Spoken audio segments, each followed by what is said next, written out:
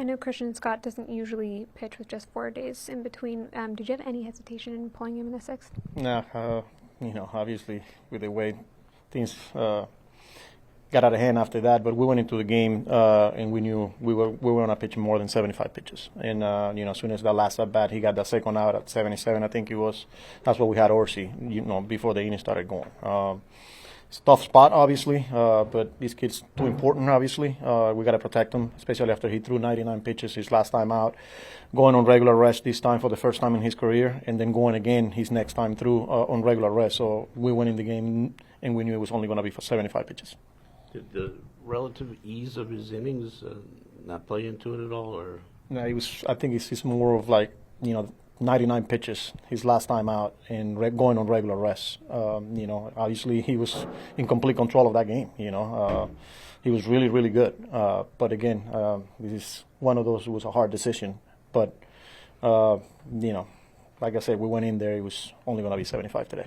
Before the game, did you guys identify that you liked Orsi in that spot in the lineup or that lane because of the splitter and lefties? Yeah, especially, there was 3 lefties coming up. He's been better against lefties.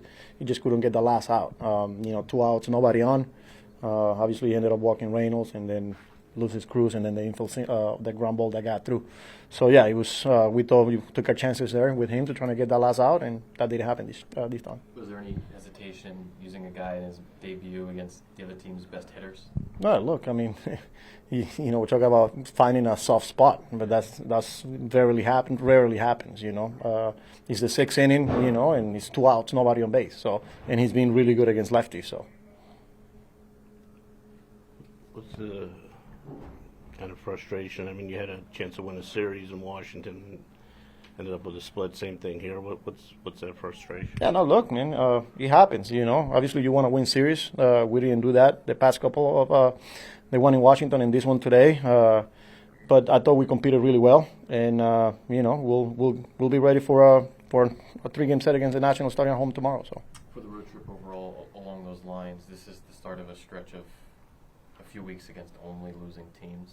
Is it disappointing not to do better than 500 on this trip? Look, they're big league players. They're big league teams, and they're gonna show up and they can beat anybody at any time. We got to take care of business, whether we're playing teams with record below 500 or better than 500, and that's part of the schedule.